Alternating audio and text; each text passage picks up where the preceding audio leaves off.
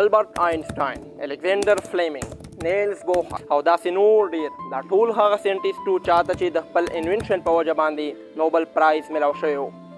وایه تاسو ته پته ده چې څه ساینټیسټ داسې هم وو چې د هغوی انوینشن د هغوی دپاره د مرګ سبب یعنې وجه جوړه شوه.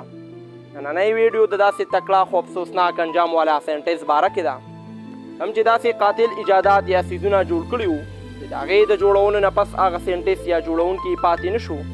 په دې کې په لومبي نمبر زه تاسو ته د فرانس ریچل باره کې ویم کوم چې په اسټریا کې پیدا شوی یو فرانسیسي درزي و. په شلمې صدۍ په شروع کې د جهازونو استعمال ډېر په تیزۍ سره روان و.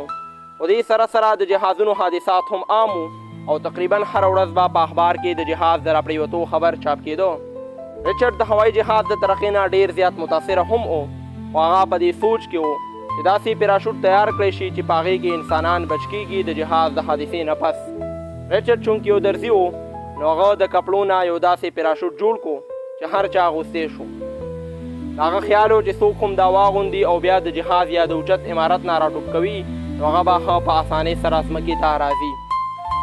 او په 1912 کې د عملي مظاهرې دپاره ریچارډ په فرانس کې د رایفل ټاور نه راټوپ کړل خو کامیاب نه شو او ځمکې ته اکدم راغی او هغه پیراشوټ د هغه دپاره د مرګ سبب یعنې وجه جوړه شوه. په 19 صدۍ کې د شمالي امریکې او جنوبي امریکې ترمنځ دا جګړه ښه په تور و شوړ کې وه.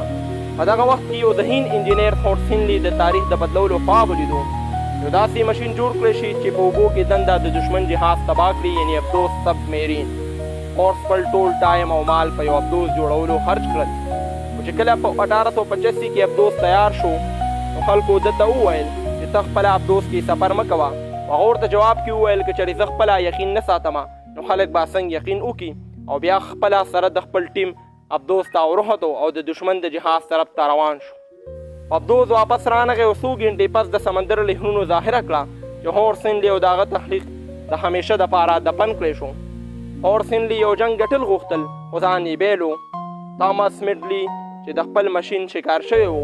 تامس میډلي د امریکې کیمیادان او یو ذهین ساینټیسټ و چې هغه دوه اهم ایجادات کړي وو لیډډ پټرول او CFC کلوروفلورو کاربن ګیس چې په فریج او AC وغیره کې به استعمالیدل او ډېر کارآمد هم وو. خو بیا وروسته معلومه شوه چې دواړه د انساني صحت دپاره ټیک نه وو. تامس د زندګۍ په آخري وخت کې د یو بیمارۍ د وجې معذوره شو او د بستر نه پاڅېدل مشکل شو. نو تامس د ځان دپاره د رسو وغیره نه یو مشین جوړ کړو چې د بستر نه په آرام را پاڅېدو کې د هغه مدد وکړي. خو یو ورځ د مشین هغه رسۍ د هغه په مرۍ کې ونښتې او هغه د ساه بندېدو د وجې وفات شو. دا ټول هغه خلک وو چا چې خپله زندګي د انسانیت د فایدې دپاره وقف کړې وه خو د هغوی خپل ایجادات د هغوی د مرګ سبب جوړ شو. ساینس پیدا هم ورکوي خو احتیاط ضروري دی، نقصان هم.